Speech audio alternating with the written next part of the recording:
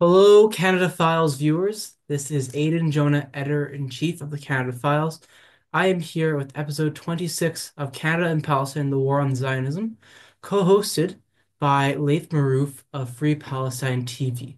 Laith, thanks for speaking to the Canada Files. Good to be with you, Aidan. Great. So, Laith, we have much to talk about since we had to delay the show last week. First of all, the obvious point in the broader sphere of the axis of resistance in the situation in the Middle East is this Washington proxy war escalation upon Syria and its ramifications for the axis of resistance and Palestinian resistance. So let's talk about, first of all, the broader scope. What do these attacks for the West by proxy mean for the broader axis of resistance? Well, it means a threat to the supply route for Hezbollah. It also means a overstretching of the Iranian and Russian forces across the battlefield that goes all the way from Ukraine to Yemen. This whole ridge of fire, that the U.S. is building. And given that Trump said that when he comes into power on January 20th, if the Israeli prisoners of war are not released, they will be held to pay, meaning he will be attacking Iran. So this is what is the most significant part about this. We're seeing a preparations for a war on Iran and the axis of resistance and Russia also, if they are not able to deal with this war on the Syrian territory right now and shore up their positions before the coming of Trump, they're going to find themselves in a much weaker position to defend the home base, basically, of Iran. Right, so now let's talk about more of the specifics. What is the situation on the ground right now in terms of the Syrian forces, the Syrian state? How much do they have control of right now? Because there was a need to cede Aleppo, but then I also heard rumblings about terrorist leaders going offline, being unreachable, and a pushback by the Syrian armed forces. So the situation on the ground, military-wise, what is it in Syria right now? So the Syrian military, with the help of the Russian Air Force, is taking back a lot of the territory. They pushed back the invading Wahhabi death squads from all of north of Hama and are now fighting inside the provincial lines of Idlib. And they pushed from the south part of Aleppo city and recaptured the industrial zone there and the scientific research centers. So this is important. The Russian Air Force and the Syrian Air Force are conducting a huge bombardment campaign. We already know that the top leadership of HTS and the other Wahhabi death squads have been eliminated. They're also now, these Wahhabi death squads are overstretched and they have no defensive lines like they had inside Idlib, for instance, and or bunkers and what have you. So they're very vulnerable to air suppression. And that's why we're seeing all these posts on social media and the Telegram pages of these Wahhabi death squads crying about how they were maybe entrapped into this by the Turks and the Ukrainians, that they were safe inside Idlib. Why did we have to do this and so forth?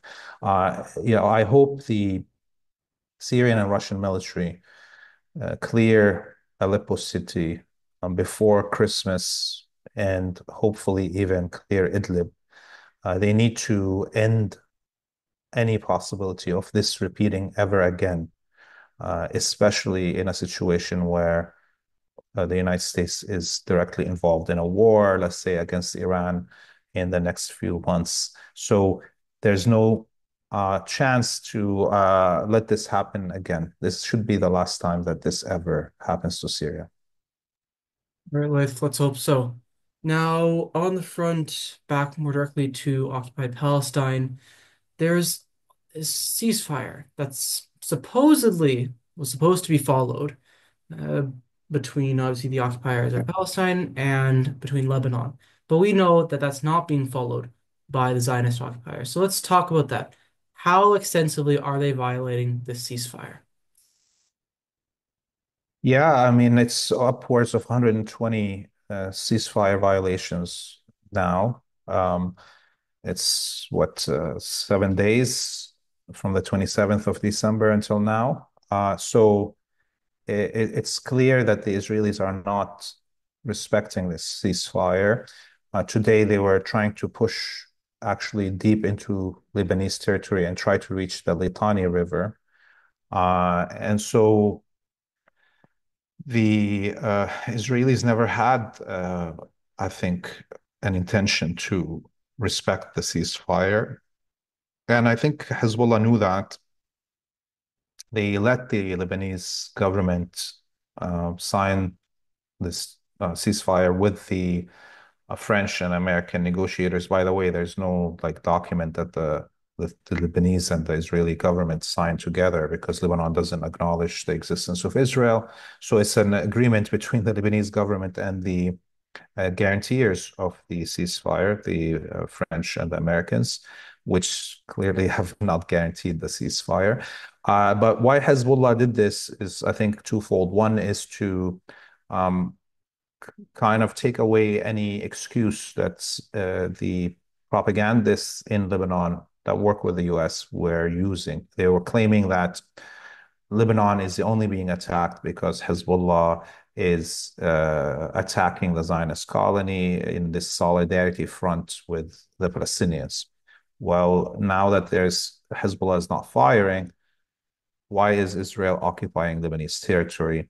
Why is it continuing to kill Lebanese civilians? Now it's like something almost like 20 civilians killed since the beginning of the ceasefire. Why is Israel flying over Beirut and bombarding the Bekaa Valley? So now Hezbollah has a justification when it goes back into action to say, I am here liberating Lebanese territory. Not anymore about Solidarity Front. It's liberating Lebanese territory. So, and everybody in the country will be behind them. It'll be impossible to sway some of the public to the propaganda points. The other thing that Hezbollah needed to do is to reorganize its, forces, its political body after all those blows that it took, the Pager terrorist attack, the assassinations of much of its military and political hierarchy, and to resupply itself with any weapons that may have been destroyed in Israeli air raids. So Hezbollah is taking this now time to do that. And as we see, the Israelis wanted to make sure that doesn't happen, even if there's a ceasefire, through these attacks in South Lebanon, but also through launching this war in Syria within 2 hours of the declaration of ceasefire on, at, 4 a.m.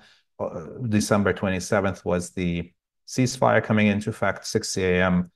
on the 27th, the Wahhabi death squads were attacking Aleppo, and they were trying to go all the way south to Homs to block the supply route of Hezbollah from Syria through the Bekaa Valley.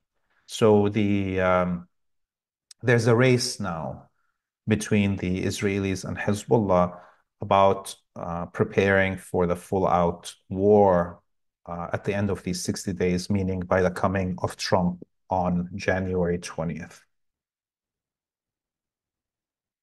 All right, so now let's shift to the Canada front. And well, I'll start with a bit of a smaller story, but again, it's an interesting critique of the protest movements in Canada. Because if you read the post by Independent Jewish Voices, it talks about occupying a parliamentary building in Ottawa to basically demand Canada stop arming and supporting Israel and its genocide. But if you look a little deeper, they're in the lobby of Confederation building in Ottawa, so they're not in an entrance that's being used by parliamentarians, by staff. So let's talk about this Lath again. I mean, I don't even what is the protest movement in Canada right now? Have you seen any shifts recently? Because it kind of feels like a sideshow. Feels like geopolitics are the driving force, really, in terms of what Canada is doing. Yeah, I mean, I haven't seen much actions by the anti-war movement in Canada that are worthy to mention, except I think there was one attack on a weapons manufacturer. That's the only thing that is relevant really in the last 14 months in terms of anti-genocide actions in the country. And the Jewish anti-Zionist movement, save for Natura Carta, are notorious in their love for theatrics. And I think that that's a tendency that is very prevalent in these liberal circles. And the groups like Independent Jewish Voices, in my mind, are actually harmful to the liberation of Palestine because of their insistence on centering Jewishness as the cause of their uh, disagreement with the genocide. That it's their Jewish values, supposedly, that drive them to do such, and which recenters Judaism on the discussion and re-emphasizes Jewish supremacy, even if they're trying supposedly to do it from a good starting point for why they're doing that. And I feel the other thing that is very harmful with groups like IJV is that they are mainly their membership is mainly secular.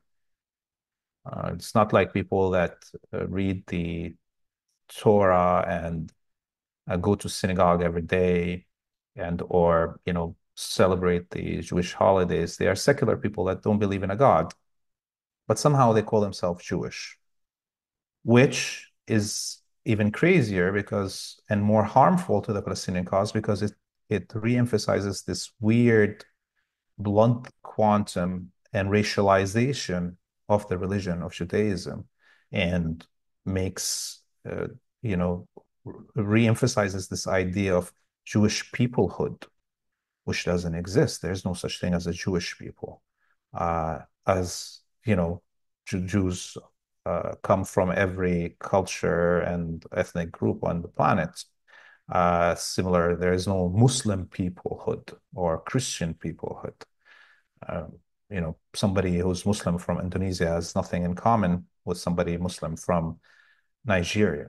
So I think because of this wrong starting point that they come at, it manifests in the way we're seeing it, these theatrics that center and re-emphasize Jewish supremacy, even if they think they're not.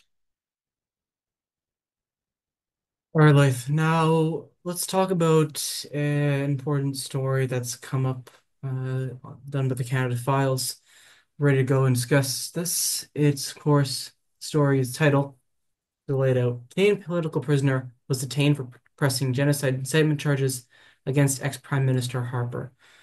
Now, this story is quite the stunning one because from everything we know, this man, Andrew Abbas, was detained under the pretext of being psychologically unwell, directly in retaliation for his advocacy for Palestine. Because what Mr. Abbas had done is, after being upset about a decision by Harper to support Israel's Operation Protective Edge very vocally, 2014, he thought, okay, Harper has committed incitement to genocide. So he pressed charges, it got blocked, but then he filed a notice of constitutional question Attorney General, Newfoundland and Labrador, and the Attorney General of Canada. And there's supposed to be a hearing on the 9th of April, 2015. But then there was basically a domestic policy situation and police action that led to a man being killed. And Mr. Abbas criticized this very fiercely and was very angry about it, used fiery language. And all of a sudden, he was detained under this false pretext of being psychologically unwell. And again, this was on April 7th. April 9th was supposed to be a court hearing for the date, and he only gets out on April 13th. And so this situation for Abbas goes on for years. He tries to get justice for this wrongful imprisonment, keeps getting dismissed. In 2017, he's finally able to seek redress. He gets a decision from judges that criticizes the detention. I want to read out the quote because it's important. If anger about political events and words of defiance to authority are dealt as signs of mental illness, a fortiori mental illness warranting involuntary committal, then our society is in a dangerous place. And these are three judges. This isn't activists. These aren't people. It's so bad that the legal system, we all know, the colonial legal system has to acknowledge this, has to admit this, because we all know that there's a history of the legal system covering very similar, just criminality, colonial criminality up. And so eventually, back to the 2018, his case had been forced to be heard properly. Supreme Court of Newfoundland and Labrador, and a judge ruled that Abbas was wrongfully detained. So now he's continuing to push his claims forward. He wants to expand it to talk about the reprisal for charging Harper incitement to genocide. He's also trying to, with this, have Harper be capable of being held liable for support of Israel's ongoing genocide, partially through his work at AWZ Ventures in terms of the front of AI. And this is just a very disturbing situation and a very disturbing story because this is a case of an outright political prisoner. Yes, it was for about 6 days, but it's very clear it's a precedent. It's a precedent that they set in 2015. And the Canada Falls, this wasn't covered for 9 years, the dangerous precedent that had been set. The Canada Falls was the first to cover it in this light because all this coverage previously before ignored Palestine, and it was just about the wrongful method of imprisonment and the question of the mental health or not. But it was dealt in the complete vacuum, so it wasn't covered properly for years. So, Laith, what is your reaction to this story? And I think you have some insights into the history of the colonial legal system and what's been done to those who oppose colonialism, whether it's domestic or Canadian imperialism abroad. Yeah, I mean, uh, first off, this man is amazingly determined and steadfast and should be commended for his perseverance under these conditions. The other thing that we need to remember here is that, uh, you know, without outlets like the Canada Files doing this work, there's nobody else that will do it. The majority of the media in Canada is captured by the Zionists and the imperialists and are loyal to the colonial aims of the state of Canada. And I would also say that if we look at the history of the Canadian medical system, we will see its involvement, its deep involvement in the colonization process and using the medical cadre to genocide and harm the Indigenous population of Canada, from the sterilization procedures against Indigenous women to the torture and abuse of and the murder of Indigenous children in Canada. And we can even add to it what the psychological medical field in Canada did to women in general, with the McGill Psychological Department being deeply involved in the MK Ultra experiments and the lobotomization of thousands of Canadian women at the time when any woman didn't like her husband was sent away to these psychological wards that abused them. So and now the medical associations in Canada have been refusing to stand in solidarity with the Palestinian medical cadres that were slaughtered and the destruction of the hospitals in Canada. And in fact, we could see a huge number of doctors and the executives of the Medical Association in Canada all being Zionist, imperialist, and uh, targeting doctors and nurses that Canadian doctors and nurses that went to Gaza and came back to testify about what they saw. So the medical field in Canada is integral to the colonial, uh, you know, project. This is above and beyond the legal system. And the legal system, obviously, when you receive the bar, you have to pledge loyalty to the Queen. Okay. It's not and to pledge loyalty to the crown. Okay. You can't go against the crown when the crown is the violator of the laws.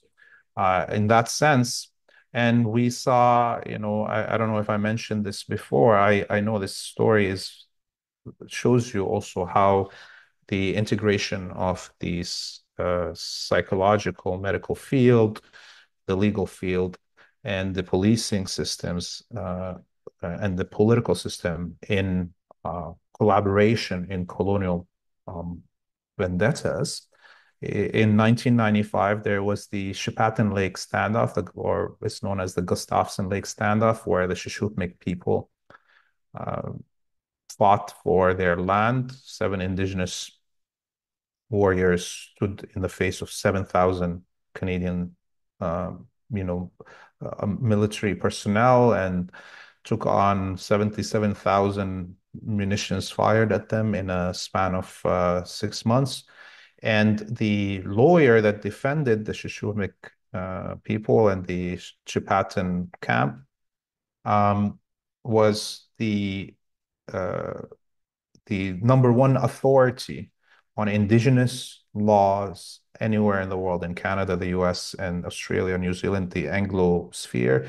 His name was Maître Bruce Clark. His writings and his books were taught in all the universities you go to when you want to study indigenous laws in the Anglosphere. And he also was kidnapped by the state and put in a mental institution where the judge said that only a crazy person would defend the indigenous people against the crown openly in the court, and put him in psychological ward. And the Bar Association of Canada disbarred him. Okay. And his books were pulled out of all of the universities across the Anglosphere. Bruce Clark. Everybody should find more information about this guy. And that shows you how this is not an anomaly, what happened in Newfoundland. Okay. This is actually the natural course of the work of the medical associations, the legal system, and the political spheres of Canada in pursuit of colonization and imperialism, and has always been like this, and nothing's changed yet. Well, I'm horrified beyond words about this case of Bruce Clark, and it's something that I think I will be looking into more. The audience should look into more as well. but we must carry on the show anyways. Now, this story, the Canfiles, I was able to do an interview, and there will be an article probably next week. It's going to take some time on this story of the canceled Yahya Sinwar vigil in Mississauga. Now, a little bit of the backstory of it is, of course, yeah, Yahya Sinwar was murdered by the IDF on October 17th. And so there's going to be a vigil, planned a vigil on November 26th. That is 40 days after the death of Sinwar. And that is because, according to Firas al-Najimov, CD 4HR, he specifically said that this is a tradition around the Islamic faith, around honoring and commemorating a person's life. So this was the reasoning that the event would happen at this time, and it was supposed to be happening in Mississauga's Celebration Square. So what you had a complete Zionist freakout after this poster. The poster came out, people became aware that the event was coming along and there was a real pressure about it. But the interesting dynamic is this. Apparently, it seems we've found a mayor in Canada that actually does believe in the charter and rights of freedoms. Now, of course, the whole question of the general system, etc., is another question. But in terms of the existing laws and frameworks we have right now, that is a framework that is supposed to be implemented.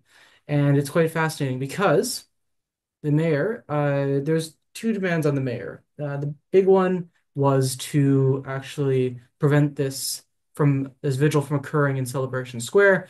The other one was to come out and just condemn this rally, condemn the vigil in general and the organizing that was being done to make this vigil possible. But instead, we saw the mayor actually decline to condemn and wouldn't actually get in the way of the rally and repeatedly emphasized the Charter of Rights and Freedoms, the ability to organize, the ability to assemble, freedom of assembly.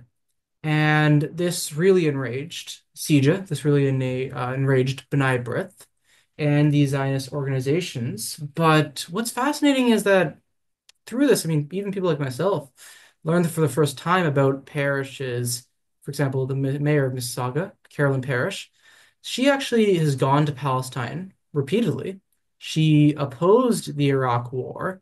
She actually got kicked out of the Liberal caucus, even, I believe, for calling Paul Martin weak. I believe it was something along those lines, but she was kicked out of Liberal caucus regardless.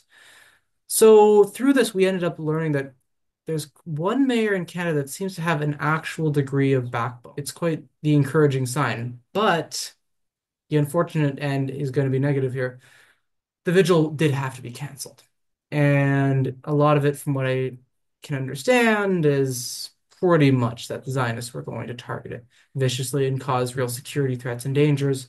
So there's a decision to move away from it. Because one thing that has to be remembered, it's Canadian Defenders for Human Rights. They're a smaller organization, very dedicated. They put in a lot of good work for the cause of Palestinian liberation and in general for oppressed peoples, genuinely oppressed peoples. But they're not a large group. They're not a large organization. They don't have a mass base. They have a dedicated group, but they don't have a mass base. So it's understandable that they had to cancel. But this whole situation, Laith, what are your thoughts on it? My thoughts, obviously, was that number one, not only do we have a mayor here that's out of the ordinary in terms of having a backbone to stand up for freedom of speech and assembly, but also we have a mayor that actually wants to represent her constituency. Mississauga is overwhelmingly Muslim and Arab. Okay. And there's many other neighborhoods and or cities like this in Canada, but none of those mayors want to actually represent the will of their people. And on the other hand, we have this Zionist freak in Montreal, Mayor Levitt, or what was his name from Hampstead there, the crazy Zionist. Um, I'm forgetting his name. It's good to forget his name. Who cares about his name? But you know, you have these ultra-Zionist mayors that are representing their population, and they're allowed to. They're allowed to go ahead and support genocide as long as it's democratic, they got elected. Their their constituency wants that. Look at Montreal as a city. I mean, 25% of the population is Arab of Montreal. One out of five people on the island of Montreal is Arab. You got not one Arab on the city council, not one Arab in the executive of the city. And the city of Montreal and the province of Quebec are saying they're going to refuse to implement the ICC arrest warrants. That is undemocratic. Okay. Not only is it suppression of and violations of international law, that's also undemocratic because they don't want to represent the population of Quebec and including the Arabic and Muslim populations of Quebec that are against the genocide. And by the way, the vast majority of Canadians are against the genocide. The vast majority of Canadians, through survey after survey, say they want the end of military and trade with the Zionist colony. So the whole political establishment in Canada is illegitimate, save for Mayor Parrish in Mississauga, who is representing her constituency and their will, their democratic will. The rest of the Canadian public have been stripped of their right to representation. That's the lesson we should take from this moment in Mississauga. And what's rather remarkable too is not only did Parrish not buckle to pressure to condemn this, target this, etc. Now you actually had a meeting between it was Gada Sasa, Khalid Sasa, and Dr. Sabrina Ghaffar Siddiqui. Now these are very, very vocal Palestinian liberation advocates. And not only did Sasa post about this, but Parrish herself posted about this. But it's quite remarkable that she would actually post about this. Again, because not only is it upholding, the basic rights that are supposed to be had under this colonial system, she's actually going ahead and meeting with Palestinian liberation advocates, but meeting on the basis of, again, representing democratic will in the city. So that's what I want to reiterate. What you've said very much is remarkable to see a politician in Canada with actual power, legislative power, that will actually take seriously their duty to reflect the public will. It's quite remarkable. And Oh it's a yes. Oh positive yes. step. And she had that whole thing with the Peel Police Commission, the Peel area Or she resigned, basically. yeah. And Yes, service report, because yeah. the police were suppressing and oppressing the Palestinians, and she's supposed to approve it. She can't democratically. And so yes, she is definitely one of the most um, truthful politicians right now in Canada. I think there's very few that we can point fingers and say this is a true Democrat and is representing the will of their people that have elected them. And I can't name one other mayor across the country that can compare. All right, Laith. So let's leave off on one question because I saw this post from Engler, and again, it's not a criticism of him, but it was talking about how there was 200 people protesting for Palestine in Montreal because we're still seeing an ongoing genocide.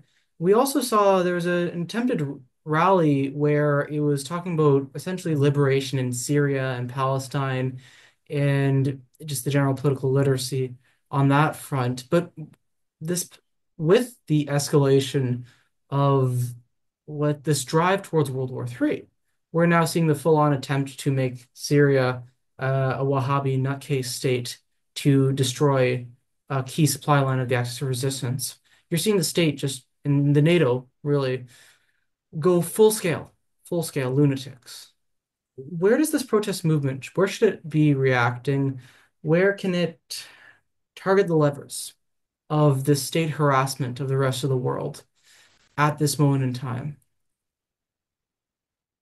Well, there's a lot of things that could be done that don't require carrying arms and going into full revolution.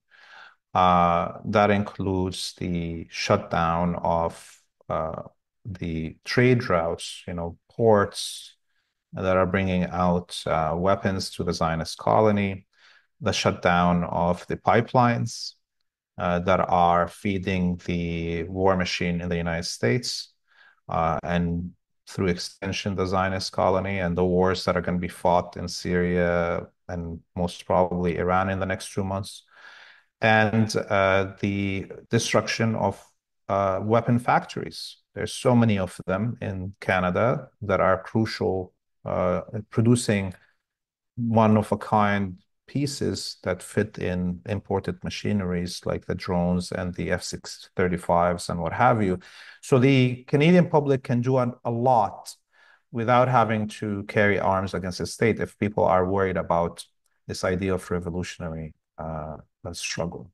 And if people don't take these actions now, they're going to regret them, because once the slaughter gets to a full scale, which is already at the edge right now. Of course, the genocide in Gaza is in full scale, but there will be millions of people that are gonna be under the threat of death and what have you in Western Asia and other places, and American and Canadian troops and so on will be coming back in coffins and so on. This is going to lead to the full repression of any opposition in the West. We're seeing already, that story of that Palestinian Canadian in Newfoundland. No, no, He's he's one of not a those Palestinian examples. Canadian. I Sorry. have to clarify. Just please go ahead. I'll edit that out. Yeah, so the stories of the man, in Newfoundland being suppressed, and or all those journalists in the UK that are being arrested and charged with terrorism, and or the attacks on Samidoun and its leadership. All of those are signals to what's to come in a full-out world war. There is a world war. It's not declared. But once it's fully declared and it includes mass number of American and Western casualties in their troops, there's no going back from that point, and it will be too late to stop the rollout of internment camps and mass repression against the population. So, act before it's too late is the very short of it. You can listen again if you need more ideas. So, KFL's audience, thank you for making it all the way to the end of this episode. Laith, as always, thank you for co-hosting this show with me. And to the KFL's audience, if you appreciate this journalism, this analysis that's being done on this show, please do go ahead and financially support both the KFLs and Free Palestine TV. I say it this way because I know many audience members already do support the work. But if you aren't one of them and you can afford to, I understand it's very expensive. The conditions are rough in Canada, but if you can, please do. So thank you everyone for watching. Thanks, Laith, as always. Goodbye, everyone. We will see you next week.